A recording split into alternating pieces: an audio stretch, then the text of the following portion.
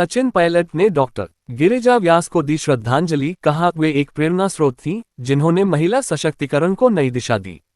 उदयपुर 4 मई 2025 रविवार।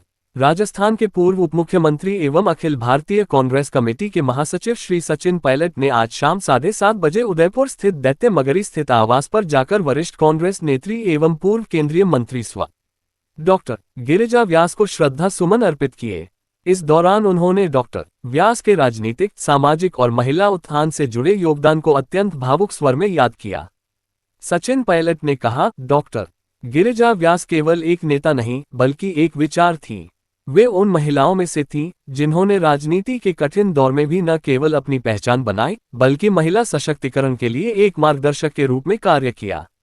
उनका व्यक्तित्व, संघर्ष और सेवा की भावना आज भी हम सभी के लिए प्रेरणा है।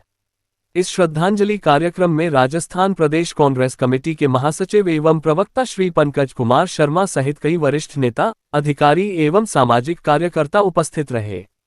डॉक्टर व्यास को श्रद्धांजलि अर्पित करने वालों में शामिल रहे पूर्व केंद्रीय मंत्री भागीरथ चौधरी, वरिष्ठ नेता डॉक्टर चंद्रभान सिंह, राज्य सरकार के मंत्री बाबूलाल खराड़ी, पूर्व संभागीय आयुक्त डॉक्टर राजेंद्र भट्ट तथा संत समाज से महंत कैलाश शर्मा। सभी ने एक स्वर में डॉक्टर व्यास के कार्यों को याद करते हुए उन्हें जनसेवा और नारी चेतना की प्रतीक बताया।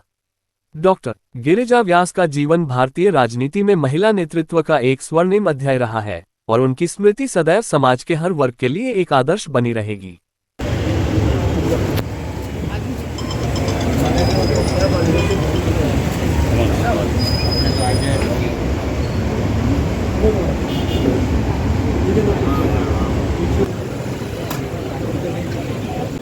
कुछ दिन पहले सबकी बहुत पुरानी और सम्मानीय नेता गिरिजा जी का निधन हुआ। आज उनके परिजनों से मैं मिला हूँ और मैंने उनको श्रद्धांजलि दी है।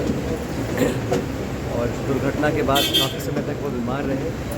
उदयपुर में, अहमदाबाद में इलाज उनका हुआ और विपरीत परिस्थितियों में संघर्ष किया उन्होंने।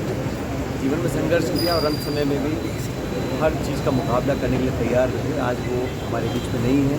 मैं उनको श्रद्धांजलि देता हूँ और उम्मीद करता हूँ कि परमपिता परमेश्वर अपने चरणों में उनको जगह देगा। उन्होंने न सिर्फ उदयपुर के लिए, राजस्थान के लिए, लेकिन देश में भी पार्टी का काम बहुत किया। हर पद पर रहकर उन्होंने पार्टी की विचारधारा को मजबूत किया। हर क्षेत्र में, चाहे वो विधानसभा में हो, लोकसभा में हो, हर संगठन में उन्होंने अपना योगदान दिया। और कांग्रेस वर्किंग कमेटी ने 2 दिन पहले एक शोक प्रस्ताव भी पारित किया, उनको याद किया। उनका योगदान मैं समझता हूँ बहुत लंबे समय तक लोग याद रखेंगे और उन्होंने एक बेदाग छवि बनाकर रखी, एक सहनशील, मधुरभाषी नेत्री थी जिसका इनके जाने से हमको आज बहुत खुश है। और मेरे लिए व्यक्तिगत रूप से, क्योंकि मैं पिछले 25 सालों से जब मैंने शुरुआत राजनीति करी थी उस समय वो कांग्रेस अध्यक्ष थे और उस समय मैंने पार्टी ज्वाइन करी थी, औपचारिक मैं पार्टी में शामिल हुआ था। और उन्होंने हमेशा मुझे न सिर्फ गाइड भी किया, समर्थन भी दिया, पॉलिटिकली भी, व्यक्तिगत रूप से भी। मेरी बहुत सारी यादें हैं। स्वर्गीय पायलट साहब के साथ उन्होंने काम किया, मेरी मदर के साथ काम किया, मेरे साथ काम किया। हम दोनों मंत्री थे केंद्र सरकार में साथ।